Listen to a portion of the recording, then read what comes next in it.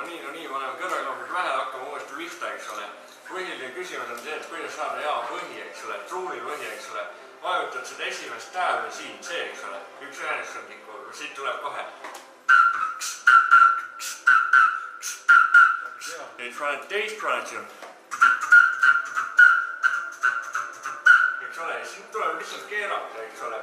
Vaadata, paneb active stem, see paneb nagu teil muusika palju. No just. Ja selle teed niimoodi, et ole valmis, ma keeran, sina puhud ja siis see mõjutab, eks ole. Just väga hea, eks ole, kui me nüüd selle salvestame ja paneme siit luumi sisse, eks ole, siis ongi, kus tulebki tülm, eks ole.